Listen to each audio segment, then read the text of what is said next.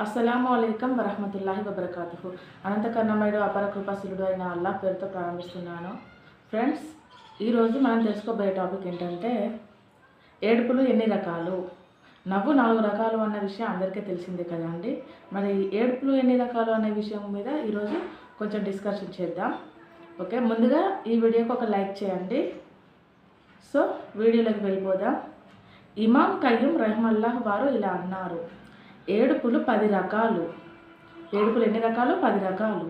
అందులో ఒకటవది ఏంటంటే దయ మరియు జాలి కరుణతో ఏడుపు. దయ, ఎవరి మీదైనా దయ కలిగిన, జాలి, కరుణ, సింపతి అంటారు కదా, అలాంటివి. అంటే ఉదాహరణకి ఎలా అంటే చిన్న పిల్లల తల్లిదండ్రులు కూడా చనిపోతూ ఉంటారు కదా, అలాంటప్పుడు ఆ చిన్న పిల్లలను చూస్తే పాపం అయ్యో అని జాలితో, దయతో, కరుణతో ఇతరులు వేరే వాళ్ళు కూడా ఏడ్చేస్తుంటారు. అదొక రకమైన ఏడుపు అన్నట్టు, అది కూడా ఒక ఎమోషన్, అది కూడా ఒక సెంటిమెంట్ ఏడుపు అన్నట్టు. అయితే జాలి, దయ, కరుణతో ఇలాంటి ఏడుపు ఏడుస్తుంటారు. ఓకే, నెక్స్ట్ ఏడుపులో రెండవ రకం ఏంటంటే భయం మరియు విస్మయంతో ఏడుపు. అంటే ఫియర్నెస్, భయపడడం. అంటే ఉదాహరణకు ఏదైనా జబ్బు వస్తుంది, క్యాన్సర్ లాంటివి ఏమైనా వస్తే అమ్మో నేను చనిపోతానేమో అన్న భయంతో కూడా ఏడుస్తారు.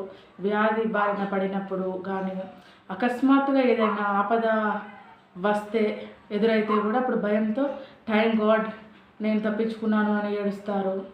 ఇలాంటిది ఒక రకమైన ఏడుపు, భయం మరియు విస్మయంతో ఏడుపు అన్నట్టు. ఓకే, ఇప్పుడు ఏడుపులో మూడవ రకం ఏంటంటే ప్రేమ మరియు కోరికతో ఏడుపు. అంటే ఇది లవ్కి సంబంధించింది అన్నట్టు. ఎవరైనా ఒక అమ్మాయిని కానీ ఒక అబ్బాయిని కానీ ఇష్టపడినట్లయితే వారు దూరం అయితే ఏడుస్తారు.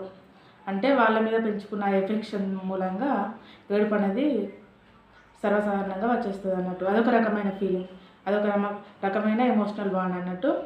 ఏడుపులో నాలుగవ రకం ఏంటంటే విపరీతమైన ఆనందం, సంతోషం కలిగిన ఏడుపు. అంటే దీన్ని ఏమంటారు? ఆనంద బాష్పాలు అంటారు. అంటే సంతోషం కలిగింది అనుకోండి, ఆటోమేటిక్గా ఏడుపు వచ్చేస్తుంది. ఫస్ట్ హ్యాపీనెస్, నవ్వు కంటే ముందు ఏడుపు వస్తుంది.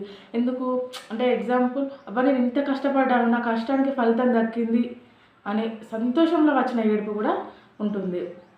ఆనంద బాష్పాలు అనేది మనం వింటూనే ఉంటాం కదా, అలాంటి ఒక రకమైనట్టు. ఇంకా ఏడుపులో ఐదవ రకం ఏంటంటే భరించలేని అనర్థం జరిగినప్పుడు చాలా బాధాకరమైన ఏడుపు. అంటే దీన్ని భరించలేని సంతోషం, భరించలేని అనర్థం జరిగినప్పుడు భరించలేని అనర్థం జరిగినప్పుడు అంటే అన్ఎక్స్పెక్టెడ్గా, అన్బిలీవబుల్ అనేది ఒకటి ఉంటుంది. అంటే ఉదాహరణకు ఎలా అంటే ఎవరైనా ఒక వ్యక్తి చనిపోయారనుకోండి, అనకూడదు కానీ అయితే నేను దీన్ని నమ్మలేకపోతున్నాను ఇంకా అని ఏడుస్తూ ఉంటారు. అది ఎలా జరిగింది, క్షణాల్లో జరిగిపోయింది అలా అని ఏడుస్తూ ఉంటారు. భరించలేని అనర్థం జరిగినప్పుడు అది చాలా బాధతో, ఎమోషనల్తో ఏడుస్తారు అన్నట్టు. అలాంటిది అన్నట్టు భరించలేని అనర్థం జరిగినప్పుడు చాలా బాధాకరమైన ఏడుపు. ఇదే ఐదవ రకం. ఏడుపులో ఆరవ రకం ఏంటంటే విచారంతో ఏడుపు. అంటే సాడ్నెస్ అంటే చాలా బాధాకరంగా ఉంటారు.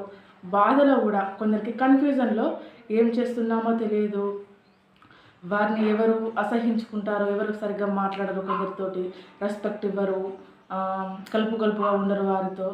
ఏదైనా మన చూపు ద్వారా కూడా వారికి బాధ కలుగుతుంది. అలా కూడా వారు ఏడుస్తారు. అది మనకు తెలియదు. వాళ్ళని చిన్న చూపు చూసినా కూడా వాళ్ళకు బాధ అనిపిస్తుంది, వాళ్ళని నోటితో తీసి పడేసినా కూడా వాళ్ళకు బాధ అనిపిస్తుంది. అలా కూడా ఏడుస్తారు. సాడ్నెస్ మూలంగా వచ్చే ఏడుపు. ఓకే, ఇప్పుడు ఏడుపులో ఏడవ రకం ఏంటంటే బలహీనత మరియు దుర్బల్యత్వంతో ఏడుపు. బలహీనతతో ఏడుపు అంటే ఉదాహరణకి మనం ఏదైనా గట్టిగా అనుకుంటాం, ఈ పని జరిగి తీరాలి, ఈ పని చెయ్యాలి అని ఫుల్ కాన్ఫిడెంట్తో, ఫుల్ ఫోకస్తో ఉంటాము. ఉంటే మన ఫిజికల్గా మాత్రం శారీరకంగా స్ట్రాంగ్గా ఉంటాము, మెంటల్లీ మాత్రం చాలా వీక్నెస్గా ఉంటాము. అది జరగదు పని. ఆ పని జరగకపోతే వీక్నెస్గా చాలా బాధపడుతూ ఏడుస్తూ కూడా ఉంటారు కొందరు. ఎమోషనల్ని కంట్రోల్ చేసుకోరు అందరూ, ఈజీగా అట్టిగానే ఏడ్చేస్తూ అంటారు. అలాంటి ఏడుపు కూడా ఒకటి ఉంటుంది. బట్టి ఉదాహరణకి ఎవరితోనైనా ఫైటింగ్ జరిగింది అనుకోండి, బట్టి ఓడిపోయినా కూడా ఏడుస్తూ ఉంటారు. అది బలహీనమైన ఏడుపు అన్నట్టు, అలా ఉంటుంది వాళ్ళది. ఏడుపులో ఎనిమిదవ రకం ఏమిటంటే కపటం కపటత్వంతో ఏడుపు. అంటే వాళ్ళ యొక్క కళ్ళు స్మైలీగా ఉన్నా కూడా వాళ్ళ హార్ట్ మాత్రం చాలా హార్డ్గా ఉంటుంది. కపటత్వం అంటే ఏంటి చెప్పాలా? ముందు మంచిగానే ఉంటారు, వెనక కుళ్ళు, కుట్ర, శత్రుత్వం, ఎనిమీస్ ఉంటారు కదా కొందరు, అలా. అంటే మనం ఎదిగితే వాళ్ళు చూసి ఓర్వలేరు, వాళ్ళకు నచ్చదు, అది కుళ్ళు బుద్ధితో ఏడుస్తూ ఉంటారు. మన సంతోషాన్ని, మన సక్సెస్ని వాళ్ళ బలహీనంగా చేసుకుని వాళ్ళు ఏడుస్తూ ఉంటారు. ఒకరి హ్యాపీనెస్ ఒకరికి నచ్చదు. అలాంటి వారు కూడా ఉన్నారు చాలామంది. అలాంటి వారు కూడా మన చుట్టూనే ఉన్నారు. ఇప్పుడు ఏడుపులో 9వ రకం ఏంటంటే రుసుమ కోసం, అంటే వృత్తిరీత్యా ఏడుపు. ప్రొఫెషనల్లీ అండి, ఇది కూడా ఉంటుందండి. హార్ట్ఫుల్గా చెప్పాలంటే ఆకలితో ఏడ్చి చనిపోయే వాళ్ళు రోజుకి చాలామంది ఉన్నారు.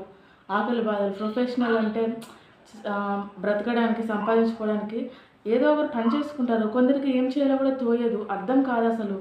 ఎవరైనా జాబ్ పెట్టిస్తారా అని ఎదురు చూస్తూ ఉంటారు. ఎవరైనా ఏదైనా పని చూపిస్తారా, ఏదైనా దారి చూపిస్తారా అని ఎదురు చూస్తూ ఉంటారు. కన్ఫ్యూజన్లో కొందరు ఉంటారు. కొందరేమో వెతుక్కొని చేసుకుంటారు. అందరూ ఒకేలా ఉండరు, అందరి మైండ్ సెట్ ఒకేలా ఉండదు, అందరి ఆలోచన విధానం ఒకేలా ఉండదు. ప్రొఫెషనల్గా చాలా డీల్ అయిపోతుంటారు కొందరు. వాళ్ళకి చేసిన పని సక్సెస్ అవ్వదు. వాళ్ళు ఏ పని చేద్దామన్నా లాస్ వస్తుంది వాళ్ళకు. అలాంటి టైంలో వాళ్ళ యొక్క జీవిత భాగస్వామి అయినా వారైనా ఏడుస్తూ ఉంటారు. ఇది కూడా చాలా పెయిన్ఫుల్ మ్యాటర్ అన్నట్టు. ఎందుకంటే ఎంతో సక్సెస్ అవ్వాలి అని ప్రతి మనిషి యొక్క కళ. కానీ ఆ కళ అందరికీ నెరవేరదు, అది సాకారం అవ్వదు అందరికీ. అది కొందరికి మాత్రమే దక్కుతుంది సక్సెస్ అనేది. కానీ ఖచ్చితంగా కన్సిస్టెన్సీగా హార్డ్ వర్క్ చేస్తే ఎప్పటికైనా సక్సెస్ వస్తుంది. ఈ విషయం మాత్రం గుర్తుపెట్టుకోవాలి. ఓకే, ఇది ఆకలి ఏడుపు అన్నట్టు. నెక్స్ట్ ఏడుపులో 10వ రకం ఏంటంటే అనుగుణ్యతతో ఏడుపు. అంటే అనుగుణ్యత అంటే అర్థం చేసుకోవడం. ఉదాహరణకు భార్యాభర్తలు ఉన్నారనుకోండి, భార్యను భర్త అర్థం చేసుకోవడం, భర్తను భార్య అర్థం చేసుకోవడం, అండర్స్టాండింగ్మెంట్స్ లేకపోవడం ద్వారా కూడా ఏడుపు వస్తుంది. భార్యను కొట్టడం అవసరం లేదు, తిట్టడం అవసరం లేదు ఆమె ఏడవాలంటే. జస్ట్ మీరు ఆమెను కేర్ చేయకుండా, లవ్ చేయకుండా, టైం స్పెండింగ్ చేయకుండా, రెస్పెక్ట్ చేయకుండా, ఏది లేకపోయినా ఏడ్చేస్తారు. ఆడవాళ్ళు అలాగే ఉంటారు, చాలా సెన్సిటివ్గా ఉంటారు.